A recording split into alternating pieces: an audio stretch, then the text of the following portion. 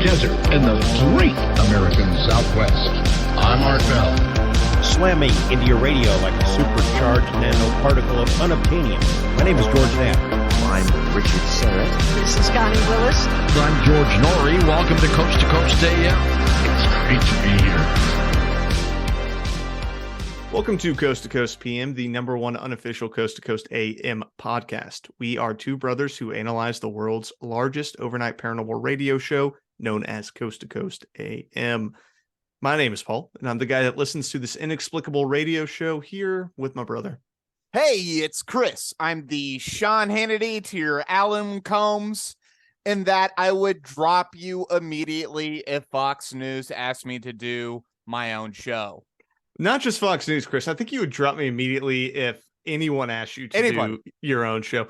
I don't even know if it needs to be that profitable. The local radio station. If I could live off of doing a radio show, I would do it in a heartbeat. Yeah, By myself, immediately. You're gone. I don't even know who Paul is. I would be under a bus like that. Well, Chris, today we have an episode for you. We're going to be talking about George Noory's interview from October 26, 2022 with Michael Shermer, the Skeptic Magazine publisher. Wait a minute. Michael Shermer, he did something with like Graham Hancock and Joe Rogan, right? This is the guy you sent me with the Joe Rogan, Graham Hancock debates over whether or not ancient civilizations were real. This is the Skeptic Magazine guy that was on the Graham Hancock is wrong side. Okay, so my immediate starting point is detesting with an absolute passion this man. I like this interview, man. I think he did a pretty good job. So we're going to be talking all about conspiracies. Michael wrote a book about conspiracies, how to think about conspiracies, and what your approach should be when you are looking at a potential conspiracy. So I think he does. I think he's got some nuance here, man. I think it's worth taking a look at. I'll take a little bit of the skeptic's hat off, dude, but I don't like this guy. Keep an open mind. I knew it was gonna trigger you immediately from the Graham Hancock discussion. Oh yeah, dude. You got the bristles out, dude. My haunches are raised, dude. Haunches are raised. But before we get to that, we got to check in with Tim Banal at the Coast to Coast AM blog. It's Tim time. So today's article. Mystery creature slays 29 sheep in India. Holy crap, dude. That's a productive monster. It's a lot of sheep, man. So, reading from the article. Farmers in an Indian village are understandably concerned after a mysterious creature managed to kill a staggering 29 sheep over the course of 2 days without anyone catching sight of the culprit. Do Hindus eat a lot of mutton? Is that what you call sheep? That's sheep meat. I don't know. I mean, it could also just be wool. I guess it could be wool. Yeah, I don't know why they're using the sheep. Interesting. Okay, Keep going. According to a local media report, the curious case began on Sunday in the community of Gondola when 20 of the unfortunate animals were discovered dead by way of some kind of predatory attack wherein their intestines had been ripped apart. Oh, that's gross. Yeah, it's not great. The unsettling incident quickly became all the more worrisome the following day when an additional 9 sheep were found slaughtered in a similar fashion. Something's just going to town on all these sheep. Yeah, can you imagine waking up and all your sheep are just getting slaughtered? That's a bummer. So, latitude-wise, we're kind of in the perfect location. This has got to be the subcontinent's chupacabra, right? I was going to say this is probably a chupacabra. Now, here's the question, right? Because chupacabra's from Mexico, Chris. Yeah. But we know that the chupacabra migrated to Michigan. Yes. Is it possible for the chupacabra to make it across the ocean? So my thinking is that like rats or bugs or anything else, with modern day shipping, these things could be anywhere on the planet. Yeah. With things catch rides on airplanes these days. Chupacabra just got into the wheel well of a Boeing 747, landed in India. Now it's got apparently millions of sheep to choose from. Nobody's looking for the chupacabra in India. This is the Chupacabra's ultimate plan. Go to another continent. It's like when Jason went to New York City. You know what I mean? Jason? Jason from the Friday the 13th movies. Bad joke. It's the same thing. Whatever. You just don't know horror movies. Someone out there got that joke. And I like that person the most. All right, back to the article. Residents noted that the pair of attacks are rather unusual and that despite so many animals being killed, no one heard a sound coming from the enclosure as the sheep were slain by the mystery beast. And the only sign of the predator was a, quote, black shadow, which one farmer claimed to have witnessed at the time of the second incident. So that's pretty terrifying, Paul. And I've actually have a little direct knowledge of what it sounds like when a sheep is being brutally murdered by a bunch of coyotes. Was this when you were on the farm? I was on the farm, dude, and we had like 2 sheep out there, and I didn't have a gun at the time. Immediately told my boss the next morning, you need to get me a gun. A whole pack of coyotes came and attacked these 2 sheep, and they didn't lean anything but gut bile, dude. Everything else was gone. Gross. It was terrifying. That is but gross. You could dude. hear them yipping with delight, and the goats were screaming, dude. Screaming. This is a terrifying story. I don't like this story. But that's what I'm saying. You would have heard something if these things were being brutally destroyed, especially 27 on them. I heard 2 of them acres away. But here's the thing, Chris. You want to know when you wouldn't hear them? When? The guy said black shadow. Hat man killed the sheep. Hat man killed the sheep, dude. Hat man, shadow people. Dr. Evelyn Paglini, somebody put a curse on these sheep for some reason. These farmers need to get black candles to absorb the negative energy. Yes. Cleanse it. Yes. Cleanse it. Probably a couple blue candles for protection. Just good for the good vibes. All right, back to the article. Another peculiar detail surrounding the 2 incidents is that the predator simply left all of the dead livestock behind rather than taking even one of its victims off to eat. Authorities have descended upon the village to investigate the matter, though whether they can identify the culprit remains to be seen. This is a weird one, dude. Like, because again, even if it was humans, they would still be like screaming, and screaming sheep is a terrifying sound. Yeah, I don't know. And if it's a predator, why are they leaving them all behind? Unless it's just like a rabid predator who's lost its mind. I don't know. And a part of me thinks this is human somehow, and that they must have drug them or something and then like started ripping out their intestines. Satanic sheep abuse. Yeah. Eerily, the 29 sheep killed this week are seemingly the latest victims of a mystery creature which has struck several times over the last few years, with one particularly gruesome attack where in a staggering 150 animals were killed. That's unbelievable. That's a herd of sheep, dude. That's an inexplicable number of animals to be murdered. That would be terrifying to walk upon. Just a whole field of dead sheep with their intestines splayed out everywhere. I think I'm changing my mind. I don't think the chupacabra is this brutal. No, this is not chupacabra, dude. A chupacabra will take like 1 beast a night. Yeah, the chupacabra's not a maniac, okay? Yeah, the dude, chupacabra is a predator. This is a maniac monster. I'm leaning towards Hatman, but we'll see. While various prosaic predators, such as a big cat or hyena, have been suggested as the cause of the incidents, some have speculated that the stealthy nature of the beast and the weirdness of the attacks is an indication that the infamous chupacabra is to blame. So Timmy thought it was the chupacabra too. Timmy apparently also thought it was a chupacabra. Tim, we're on the same page, dude. But I think you're not giving the chupacabra enough credit, Tim boy. Like we said, the chupacabra is not this brutal.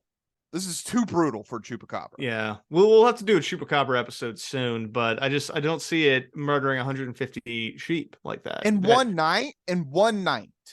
And it doesn't sound like any sort of alien mutilations that I've heard of, where it's just ripping open their intestines. That doesn't sound like a mutilation. You know, it almost more sounds like a xenomorph thing from the Alien movies, where the aliens are literally popping out of these things' stomachs. Let's tie all this together, dude. We've seen all of these UAPs recently, right? Yes. They injected the sheep Yes. with the alien hybrids, just busted out, and they're now roaming India. Yes. We did it. We did it. Yes. Good job. We can just stop the show now, dude. That's the show. That's it. the show. We just finished. figured it out. We figured it out. That's why we're here. To decode. Unbelievable. Well, that was our Tim Time, Chris. I hope you enjoyed it. Excellent, dude. Best Tim Time yet. For some quick housekeeping, we have an email address. You can send your thoughts to c2cpmpod@gmail.com. You can find that in the show notes. You can also find us on Twitter at C2CPMPod or on our subreddit Coast to Coast PM. If you like the show, the easiest way to support us, you can drop us 5 stars on Apple Podcasts or Spotify, which really helps us out because of algorithms and things like that. Helps other people find us. And also make sure to subscribe. We drop every Thursday, and that'll make sure you never miss an episode. And last piece, you can support us on Patreon by following the link in the show notes to get ad-free episodes and also early access to episodes. And we also take listener requests through our Patreon, so be on the lookout for some of those. And to today's episode. Now, I feel a little bad about this, Chris, because I did promise quite a few listeners that we would be doing a J.C. Webster episode for today. Oh, dude. And I feel bad, but It's I fine. have a good reason why, and I wanted to explain it briefly. My computer crashed, and I had to do this on someone else's computer, and I lost the file. I've since sort of fixed the problem, but I need to rework some stuff, so we will get to JC. I apologize for everyone that I just disappointed. Back-to-back disappointing weeks for the Coast to Coast PM fans, dude. We suck. We are not having a good March because we missed an episode last week. Yes, we did. And I was just not going to comment on that, but I guess we're commenting on. We did do that, and that was a mess up. And then my computer died. So and you just lied to tens of fans. Yeah, it was probably tens of fans that I told this to through email. Well, I was just really excited about it. You have been excited about this episode for a while. Yeah, so it's like a minority of our listeners, but I just felt like I needed to address it publicly. I felt shame. But it's going to be a good episode today, Chris. Okay. So jumping into Michael Shermer's interview with George Noory, October 26, 2022, the Skeptic Magazine publisher. And also he had a monthly column with Scientific American for 18 years. So he's like the king skeptic. He's out there being skeptical. He's on all the news shows. He's on Joe Rogan a lot. He's on Coast a lot. Paul, can I just say one thing that's inexplicable to me? Yes.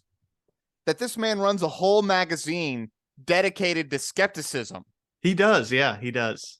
It's like, I'm going to start the Wet Diaper magazine, dude. The doo-doo pants magazine for people who suck.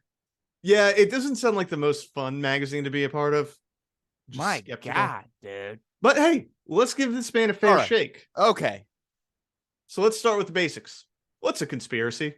Yeah, okay, so conspiracy is 2 or more people plotting in secret to do something illegal or immoral or to gain an advantage over somebody else without their knowledge. And so that happens all the time. I mean, government agencies do this, corporations do it. And a conspiracy theory is a theory that a conspiracy is actually happening. And so the question is the conspiracy theory true or false? That's what we want to know. Lots and lots of conspiracy theories. Some of them are true. Some of them are not. Some of them we don't know. And so it's kind of what I call a signal detection problem.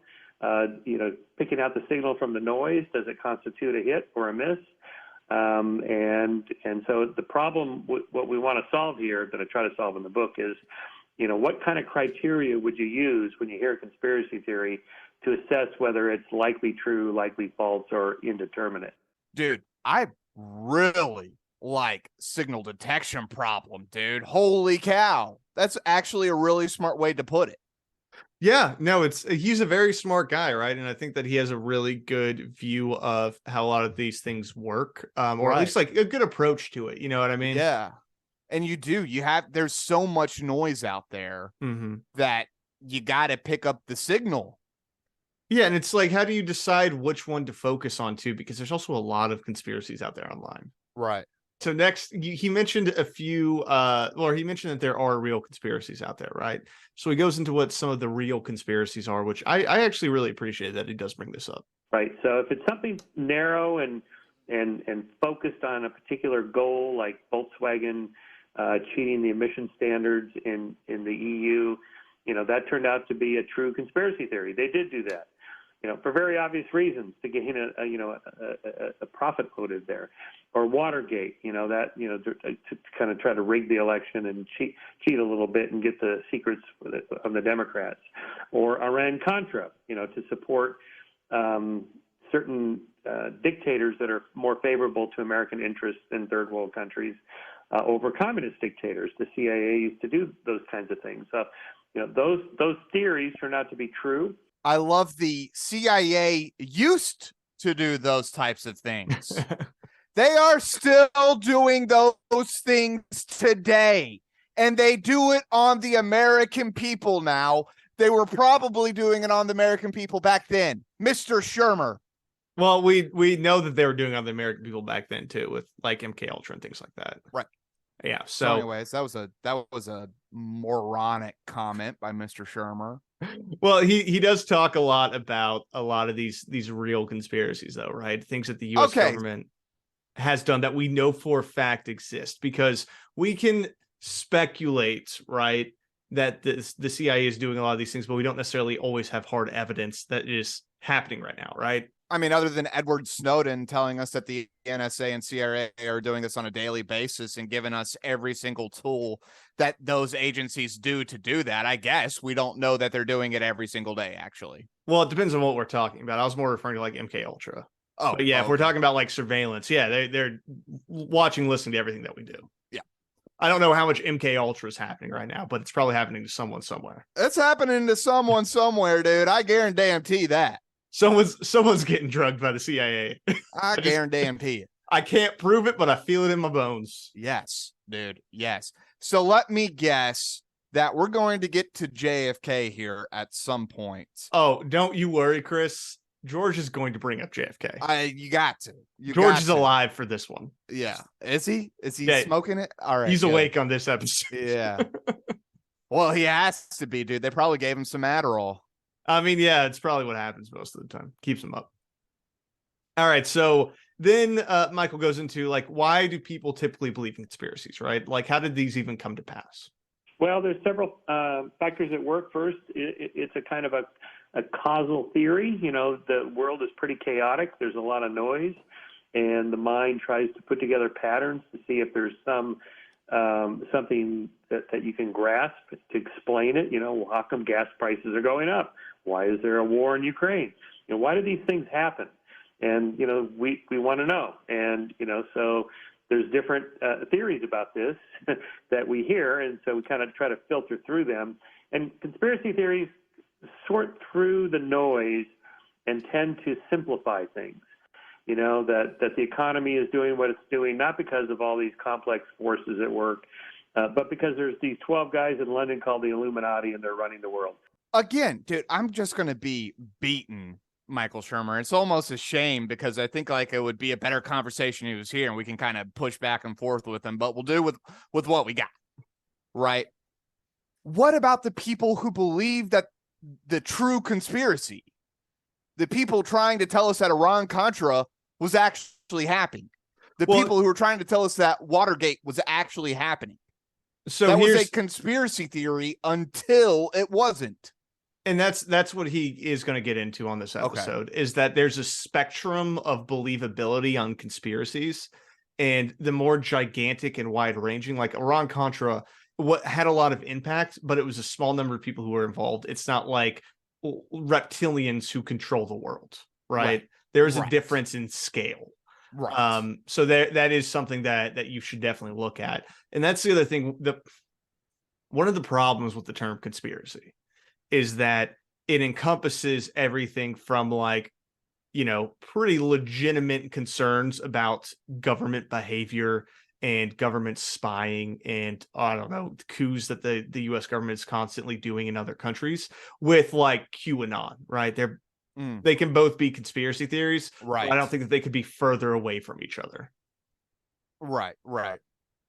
Okay. All right. I see where you're coming from. Let's get more into it, because I have a feeling we're gonna circle back to that little point of yours. We will. So he goes through a couple of the reasons why people typically believe in conspiracy theories. And then one of the ones that he gives is that people like feeling smarter than everyone else. Like they like having the secret knowledge. Then there's also a sense that of secret knowledge, like you know what other people don't know. It's kind of a hero's journey, like, oh, I am in on the secret, and I'm going to combat this thing, like QAnon, right? There's a lot of people that we've interviewed that got out of QAnon, said that they felt like it was like the most important thing they ever did. Like, I'm gonna back this conspiracy. I'm gonna back this group that's going to combat this conspiracy of secret satanic pedophiles that are operating out of this pizzeria, and somebody like Edgar Welch, who went there with his gun to shoot up the place. He really felt like, I'm doing something grand, moral, superb. This is going to be heroic to do this.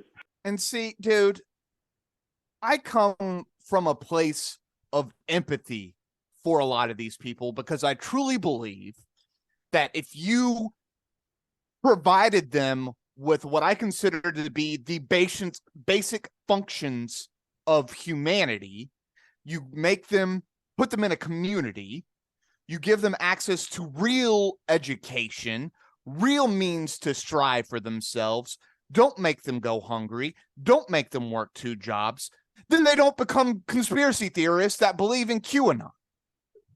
I don't know who you're yelling at, though, because I don't think that he said anything against that. But it's just like, well, they feel super important and all this, and it's a semi-mocking. And yeah, that's a part of it too. But also, I think intense feelings of being alone, to not being connected to a community, to feeling as if the problems in your life, nobody understands them. So here's the thing, though. Both of those things can be true, because a core tenet of QAnon is that they have secret knowledge that other people can't handle. And that's what the Great Awakening is that normies can't handle this information, but you're special and you can. You know the truth. No one else sees it. And you're going to be proven right. And all your family and friends that think you're crazy, they're going to be proven wrong. They're going to just talk about how smart and wonderful you are, right? That was like a core tenet of it. Now, QAnon itself has kind of dissolved to a large extent since Q has stopped posting, and then recently he started posting again, but they're really lame and no one likes them. But that is a core part of QAnon, is this specialness, right? And I think it can be tied to the destruction of community in America, and why people want to feel connected, and why they want to feel special, and why they want to be able to connect with people on really anything. But I think he is correct in that it does involve secret knowledge, right? And feeling cool. It's a second order thing, not a first order thing. Okay. And making it your first order thing, instead of it being a carryover, is mocking, and shows me that he actually doesn't understand what's going on here. Okay. All right. Let's continue on. Next one's going to be about proportionality, right? So where we actually assign conspiracies versus where we don't. Proportionality, what we call proportionality, heuristic, or bias. That is, big effects need big causes. So, the Holocaust, one of the worst things that ever happened in human history. And what's the cause of that? The Nazi regime, one of the worst political regimes in human history. There's a balance there, a proportionality to it.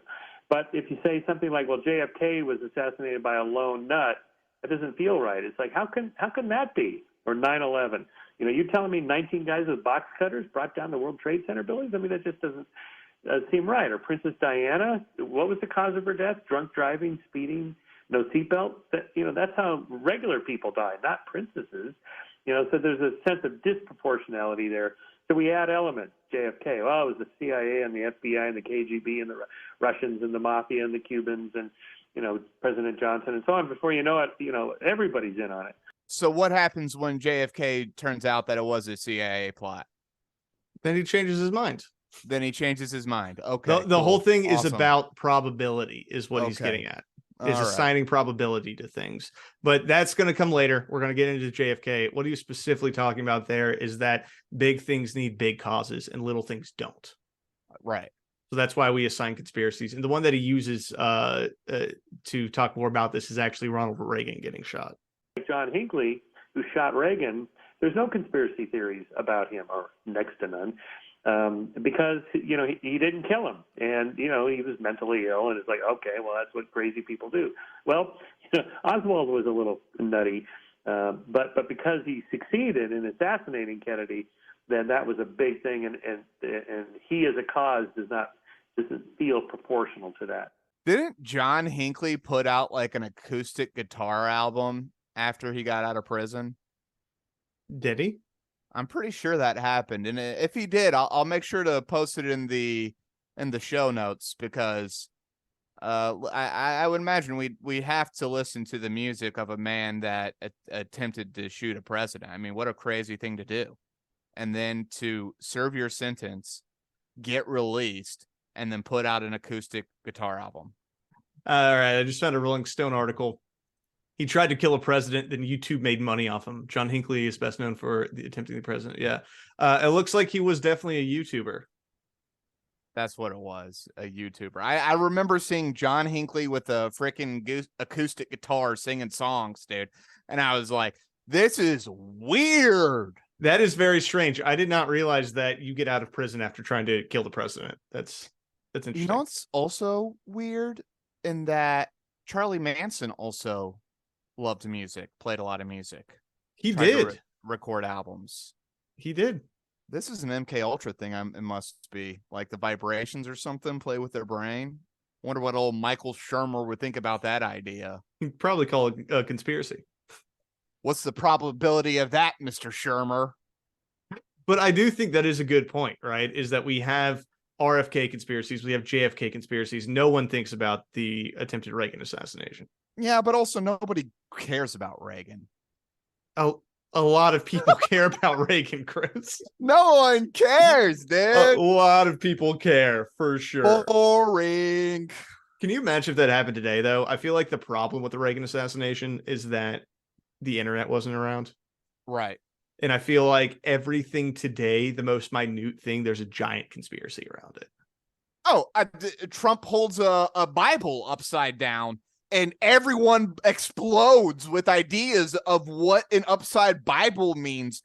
And it's just like, Trump is such an idiot. He just didn't realize he's never held a Bible before. He didn't know which way was up. He doesn't know what he's doing. Hey, in his defense, man, usually a Bible's like plain cover, just a little writing. He may not have noticed. It's tough. Just wave the Bible around, man. Just wave the Bible around. All right, so let's get into Kennedy, because I know you want to talk about Kennedy, Chris. You know I want to talk about Kennedy. This guy's going to frustrate the crap out of me talking about Kennedy, isn't he? Based on how frustrated you've been so far, probably, yeah. Probably. Just remember, Chris, he's not talking about you. It's okay. Now, getting back to the Kennedy situation, I'm still convinced that whether Oswald was part of it or not, that the mob was involved in this to shut him down. And I think J. Edgar Hoover shut it down quickly. Now, does that make me a conspiracist? Well, okay. So again, just by definition, one of the things I'm trying to do in this book is take away the pejorative nature of calling somebody a conspiracy theorist. Like, you're just one of those tinfoil hat wackadoodles. You should believe a conspiracy theory if it's true. If the evidence is there, that's not wacky at all. So it's rational to do that. Georgie ate his Wheaties, dude. I'm gonna love George this episode. Dude, I told you he was awake for this one. Like, I think it depends on the guest. When he takes his Adderall or whatever he does. I don't know what it is. Extra cup of coffee, but because he's getting attacked too, dude. Yeah. His hackles are raised too.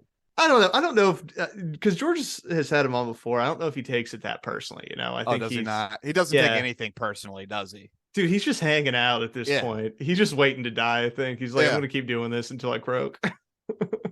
Fascinating. unless you say we didn't go to the moon. Well, and I love his, well, you should believe true conspiracies. Okay, well, if everyone's calling you conspiracy theorists because you're out there running Skeptic Magazine, then what are we talking about? What are we talking about? That's what he was saying, is that he doesn't want people being called a conspiracy theorist, or at least that shouldn't be a negative label, is because they can be real. So you shouldn't just act like, you shouldn't just make fun of people and disregard them by labeling them that. Absolutely. Well, I do. Yeah. Okay. It's like calling everything fascist, right? Yeah. Yeah, in a way, but yeah. When everything's fascist, nothing is fascist. Calling everything a conspiracy theory, nothing is a conspiracy theory then. But I think the problem with that is I just feel like there's a lot more instances of conspiracy than fascism. If anything, I feel like your analogy doesn't go far enough. Right, that's true. Yeah. Well, or how about calling everybody a Nazi or Hitler, right? Yeah. And it's like, because like fascism, Nazi, and Hitler, like those are very specific things with definitions. And it's just like, I don't even know what they mean at this point. Right. Same thing with communists. It's like, I don't know what communist means anymore. It's just used for everything. Yeah. It's like when people call Biden a communist, and I'm like, I wish he was a communist, dude. Are you kidding me? The man's barely awake, dude. Like, he has to sort of, he's got nothing going on. Yeah. Obama's a socialist. I wish. He's just a garden variety neoliberal capitalist that has a $150 million home now. Man, we're doing a really bad job at staying apolitical. If we just hate on both sides, though, it's fine, right? I'm hating on everybody, I feel like. I hate everybody, dude. I hate everybody, dude. I hate Michael Shermer right now. Okay. All right, let's be nice. Let's be nice. All right. So let's get more into Kennedy. While we're triggering you, we might as well just keep this going. He said two things there. One of them is true, that J. Edgar Hoover did try to shut it down, as did President Johnson, because they were worried that if the conspiracy seemed like the Russians or the Cubans were involved in the assassination, then the American public would push Johnson to strike back against Russia. Yeah. So is that a conspiracy theory? It is kind of. But they didn't cover anything up so much as they just pushed for the lone assassin conspiracy theory to be the likeliest one to be true. I think the Warren report was pretty accurate, and I think Oswald did act alone. And there's no evidence that anybody else was involved. That is, the convergence of evidence for Oswald as the lone assassin is massive. They just pushed your face right now. They just pushed a theory with unsubstantial evidence, and that became the state secret and what everyone projected. So what he's saying, this is unbelievable, dude. This guy's insane. What he's saying is that the state did have a reason for pushing the lone gunman, right? That there was a conspiracy there in terms of them trying to promote it because it would clear this up the fastest, but that the preponderance of evidence that we have still points to it as correct, right? Now, whether or not you agree with that, that's the point he's making. Circumstantial evidence. There's no conspiracy here. Let's not look into it. Let's just write a whole report with a made-up theory. That's also not what he's saying. He's not saying don't look into them. Don't question anything, people. Just say what just take in what the government tells you until somebody tells you otherwise. But until you have proof, then that person's a conspiracy theorist, and I'm just going to keep on calling him that. And everyone else is going to keep on calling him that. He just said that we shouldn't be calling people conspiracy theorists. We're going to be fair to Michael, Chris. All right. Okay, fine. We're going to be fair. Now, but that does raise an important question, right? Is that I'm a little, I don't mind where he's going with this in terms of like thinking of conspiracies in terms of like probabilities of accuracy, right? Like, okay, here's a conspiracy. Like, let's look at all the information we have available. Like, how likely do we think that this is true? And not using like a yes or no, right? It's not binary. It's similar to how historians function or archaeologists function, right? It's on a spectrum of like, we feel like this is correct. We can't know for certain, but the probability is probably more in favor of like this hypothesis than this other one. So I don't think it's a bad way of approaching it. I don't know exactly where to put it though, because like you said, from what he's saying, it does sound like you need to go with the narrative you're being presented until you have overwhelming evidence in like another direction. But I feel like that can lead to people just going along with things, i.e. the Iraq War, for instance, right? We're being told by all these folks that this is real. It sounds like they have the evidence. We should trust them, but ultimately it was all completely made up, right? And I feel like that could be a potential issue with his way of thinking. Yep. Any war the United States has gone into in the last 200 years. Hold on. They shot at us in the Gulf of Tonkin, Chris. Okay. There was a shot across the bow. Yeah, right. Exactly. But anyway, that's my thoughts on it so far is like, I don't mind it necessarily. I just don't know what to do with it. And I don't know if it's the most helpful framework depending on how you utilize it. You know what I mean? Yeah. It's just like trust the government and then you're not supposed to trust them. And for me, it's like my immediate starting point is that I don't trust the government. Why? Because they have lied to us so thoroughly and so entirely my whole entire life. They told the truth about something, right? We got a really good public library around us. They're pretty nice. Yeah, and guess what? The librarian never lied to me. That's the government. It's not. It's not, Paul. It is not. All right, let's get into not trusting the government. Let's get into that. Is it also a distrust that people have in society, government, whatever you want to call it, that people just don't believe it? Yes, so that has certainly been the case in the last half century. The levels of trust in government and actually most institutions, even in the last 20 years or so, trust in science, scientific institutions, and scientists has collapsed. People are very suspicious and distrustful. And I argue in the book for good reason. You know, if you look at what the CIA has done since the 1950s, you know, you'll know about all these Project MK Ultra, dosing, mind control, brainwashing experiments on U.S. citizens without their knowledge or consent were given LSD and other mind-altering drugs, right?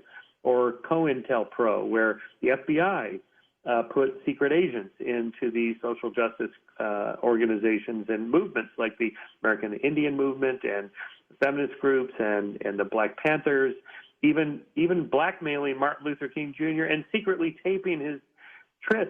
Okay. Yeah. So he just made my point for me. We shouldn't start with immediately trusting the narrative. Yeah, which I don't necessarily know if that's what he's saying, though. I don't know if it's necessarily you need to trust the narrative like that. You need to be aware of, well, he started with like conspiracies, are right sometimes, and you shouldn't be calling people conspiracists because they could be correct. Okay. All right. Let's keep going. All right. So we go in a bit more about this because a lot of this does have to do with our lack of trust in the government, and it's the government's fault that it's that way. Well, maybe when my government tells me something, the next thing they tell me, I'm not going to be so gullible to believe them, right?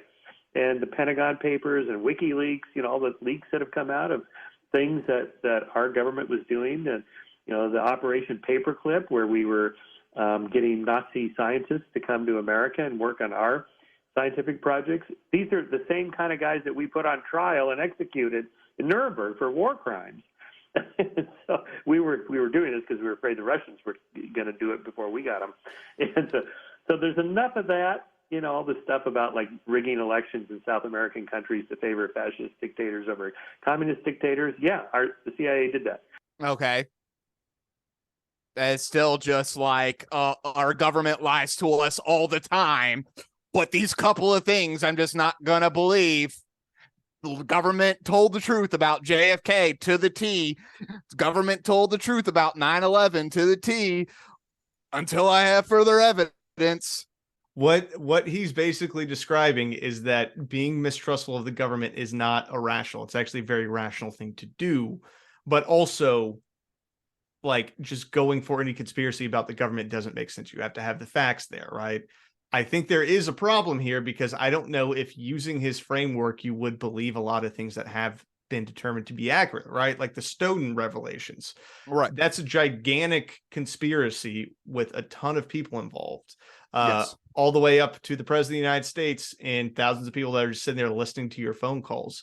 And one of the things that he talks about as a way to judge a conspiracy is like, how wide sweeping is it? How many people need to be involved? Now, in that scenario, though, because there were a lot of people involved, eventually someone leaked it, right? So I think that is a piece of it as well, is that the more people you have in on something, the more likely it is that one of them is going to tell someone about it. So it does reduce the chances of the conspiracy being correct, but the conspiracy can still be right. I mean, Paul, I think about Dr. Delirium and BZ. How many thousands of U.S. service personnel got dosed with so much BZ? How many doctors and colonels and generals had to be involved with all of these servicemen getting dosed with their worst fear ever? And these guys go to their doctors, go to their spouses, go to their friends, say, the government is poisoning me. And everyone's like, you're a conspiracy theorist. You're insane. What are you talking about? Our government wouldn't do that to us. Well, they're thinking the right way. Well, the trick is you don't tell them what you're dosing them with. All right. So how big of a role does social media play in all this, Chris? What about social media? Has that added to the mystery of conspiracies?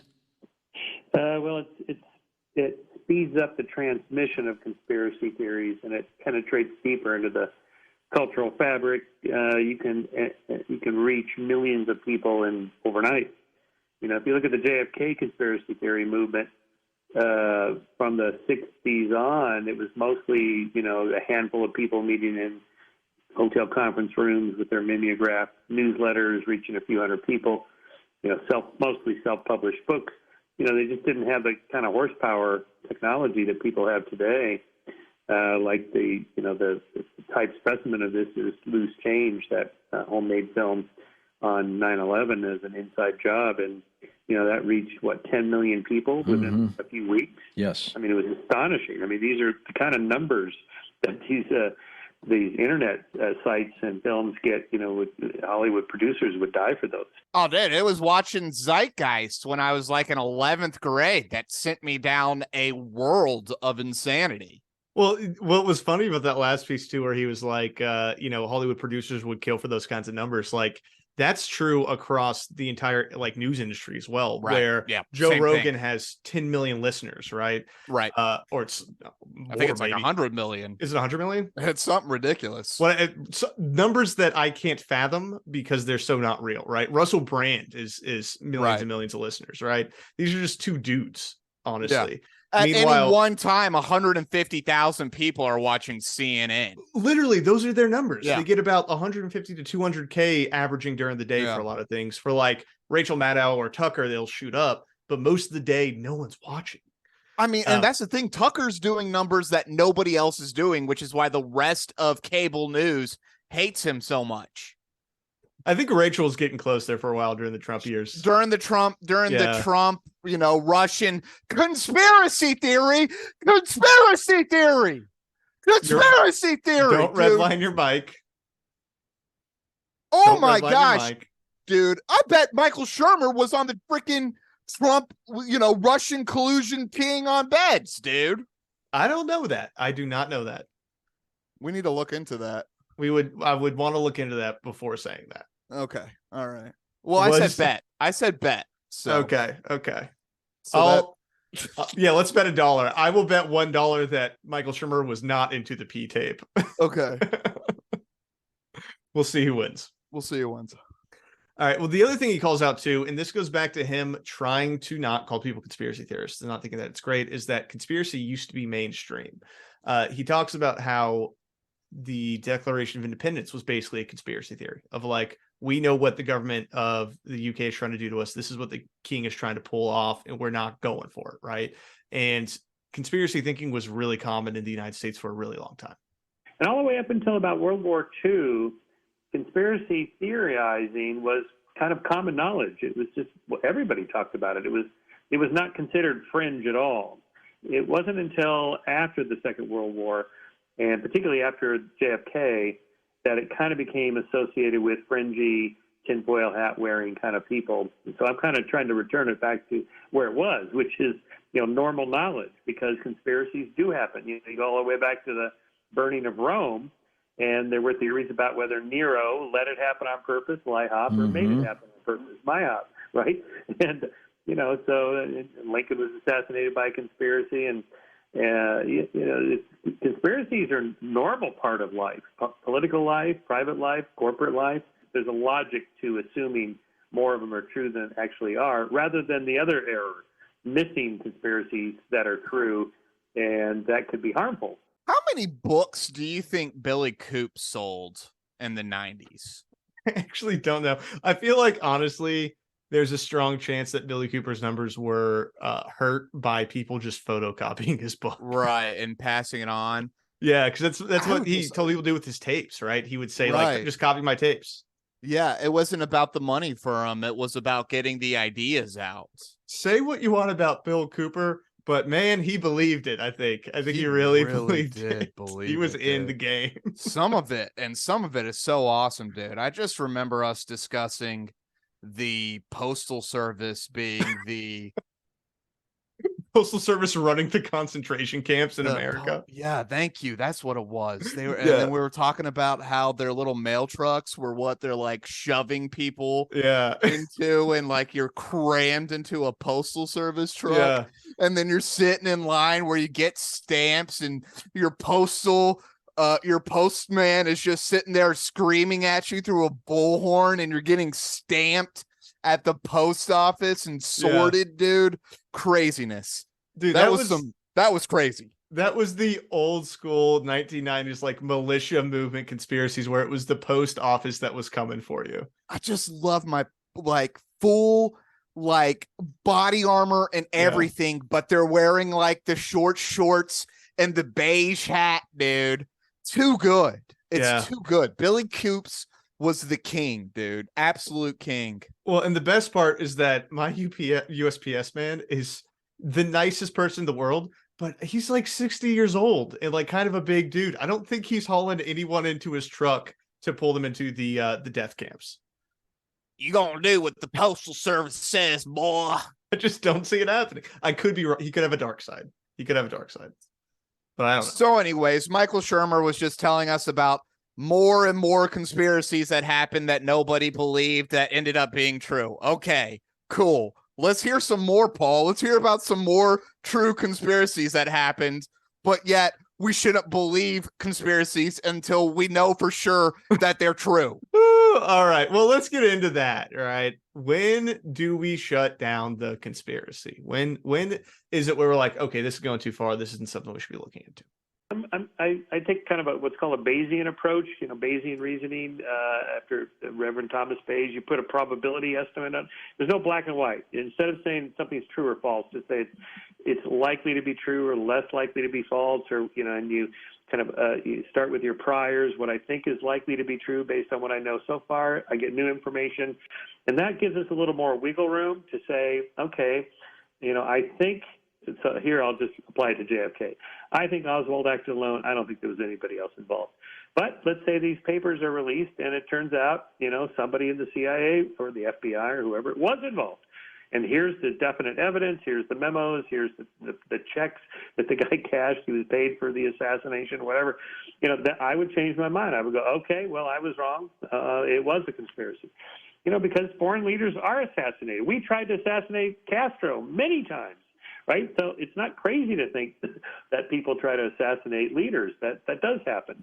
So it's best to just kind of think of it as maybe true, maybe false, probably not, in kind of shades of gray, like a spectrum. Okay, cool. I think that's what everyone does. I mean, yeah, you have some insane people on the internet that probably live their lives believing that they have nanobots inside of them, but they would have just been crazy people back in the day. So here's what I'm thinking, actually, that I think may make this lens the most helpful is that by thinking of it as a spectrum of like maybe true, maybe not true, that still opens you up to the conversation. Because I think that the problem we do have in society is that the moment something's labeled a conspiracy theory, it's entirely disregarded. Right. Like the lab leak theory, right? That was a Yes. that was a conspiracy. And now the Department of Energy came out and said like, actually, no, it's probably what happened. So I think if you approach it in a way of, okay, I don't have the evidence to say that it's true or not. It may or may not be true. I don't really know, but it still leaves you open to evidence, to having the conversation, to engaging with people who say it is true. And you can say, okay, yeah, let's talk about it. Right. And then it's not this adversarial, oh, you're a conspiracy theorist, or like, oh, you're a government bootlicker. It's like, let's actually talk about how likely this is and what the evidence is. That using it that way, I think could potentially get you somewhere, because it leaves more people in society open to the idea that these are accurate. I don't know. What do you think, Chris? Paul, you're a conspiracy theorist for believing that's how the world works. I don't think that's how the world works. I think that I'm trying to figure out how we can usefully use this lens. Yeah. Listen, yes, when you're talking to somebody, you should be able to have a conversation, right, about whatever the belief structure is, whatever the conspiracy is, whatever it is, right? You should just be able to have a conversation with people. But when I say 2 years ago that I think the lab leak theory is true, in which it almost certainly was, even at the time, nothing's changed. It's still true. But yet you got kicked off of platforms. You got labeled a conspiracy theorist. People lost their jobs. So what am I supposed to do with all this? Well, that's what we're talking about. That shouldn't be how it is. That's the point. Yes. Okay. Nobody should go hungry. Everyone should have a home.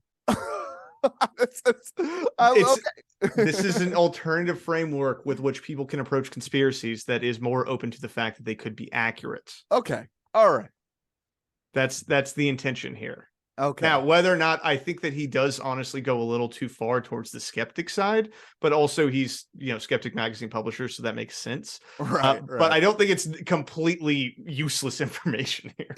I guess it's like being mad at a libertarian for being a libertarian, right? Yeah, he's going to be skeptical, but I think the way that we could potentially use this framework to have discourse with each other from people who are more deep into conspiracies and those who aren't could be helpful, of like, oh, well, actually this thing that they're saying, it does make sense. The motive is there. This does seem realistic. Like maybe there's some validity to it. Maybe people should look into it. How do you talk to NPCs though? You got to talk to the NPCs. You got to do it. We got to engage with each other, man. And I have my little, choices. And I typically go with one of those choices when I'm talking to an NPC, dude. You got to pick the right of the 4 choices, though. Otherwise, you're going to have a bad outcome. Talking to a bunch of leftists telling me I should go work for the Rockefeller Foundation. What are we talking about here, dude? I don't know what you're talking about. You lost me on that one. That sounds personal. All right, last piece here, then we're going to go to a caller. Okay. So this is kind of what he's getting at. There's that conspiracies can be healthy, right? They can be healthy. Are conspiracy theories healthy, Michael? Well, I think so in a way, if they don't take you down a rabbit hole too far. I mean, with the QAnon thing, for example, there are people who they left their marriage, they left their spouses, they gave up their marriages and families, quit their jobs and so on over this, deep state QAnon conspiracy theory. If it gets to the point, like anything, like any addiction, where it ruins your life, yeah, that's a problem. If it's just for entertainment purposes only, it's probably not that damaging. It pays to be somewhat suspicious about politicians because they do lie and dissemble and so on. But if you think that they're rigging elections and you go march on the Capitol, that's a problem. How angry are the callers at him? A lot were very angry. Yeah, he definitely triggered some people. I'm so glad that I don't listen to this show and I don't listen to it live, because I would have ripped the radio out of my car, dude. I just don't find this that bad. I really don't. I disagree with how skeptical he is about the claims, but what he's discussing, I don't find annoying. Yeah. But I guess I'm just too normie.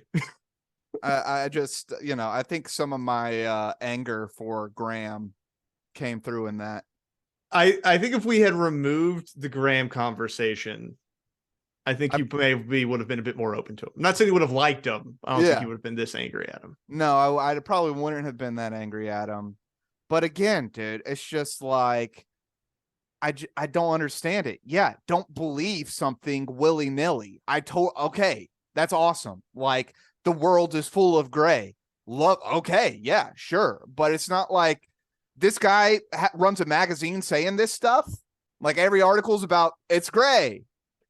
Okay, cool. Here's the thing: is that in society these days, there isn't gray, right? There isn't nuance. It is I very guess black that and is white. true. I guess that is. So, true. To be fair, I wish more people would say that. yeah. I guess. Everyone takes the most extreme position, and I think that there are a lot of people who take a very extreme position against all conspiracies. Right. And I don't think that's the appropriate way of addressing it, even if you are more of a normie, right?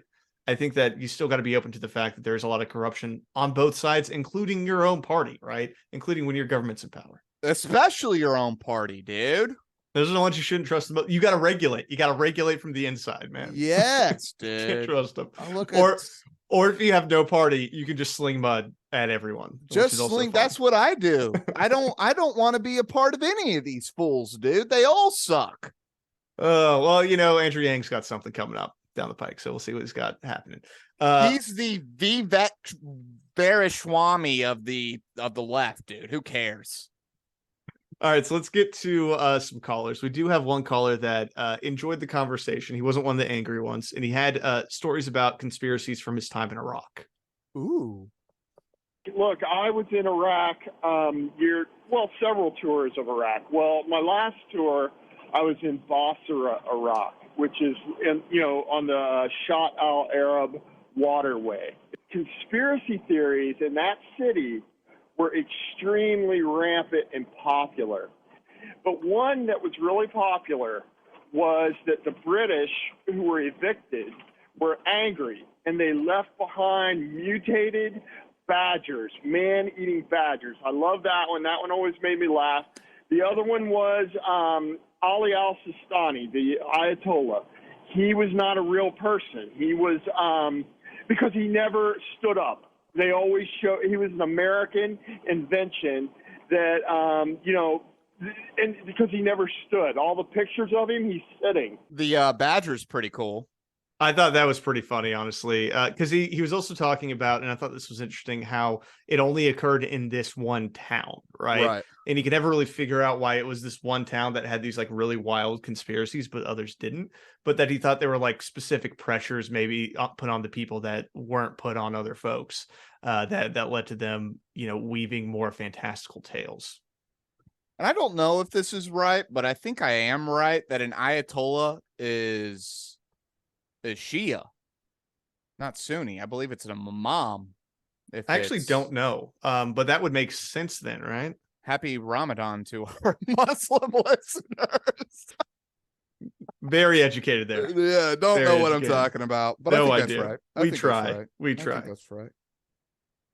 Well, Chris, that will wrap up our episode with Michael Shermer, the publisher of Skeptic Magazine. Scale of 1 to 5. What do you give our boy Michael?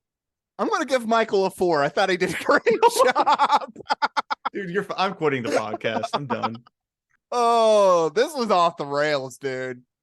This is why I was worried about doing this one with you. Yeah, this went off the rails. It was good, though. Hopefully some entertainment for the listeners. I'm going to give him a 3, dude. I did not mind it. I think he leans too far into the skeptical side, but he's the publisher of Skeptic Magazine. Yeah. But I appreciated that as a skeptic, he is trying to talk to the people who may usually completely disregard conspiracies and say, like, no, sometimes you need to pay attention, right? You need to look at it and not just like disregard it because someone says that this is a conspiracy theorist or that's conspiracy head, right? You can't just ignore this stuff because sometimes they are true. Yeah, he's the guy. He's talking to all the people that have the Ukraine flag in their Twitter profile right now, right? Talking to a lot of people who ignore this stuff, right? Yeah. And I think that is a message that someone needs to send out in the world, because sometimes he's right. The government doesn't do nice things. Somebody who thinks Barack Obama was our greatest president. All right. We're gonna have to shut this down now. This has been Coast to Coast PM. We'll be back next week with something or other. Chris, you got any final words here? All conspiracy all the time. You hear that, Michael Shermer? All the time.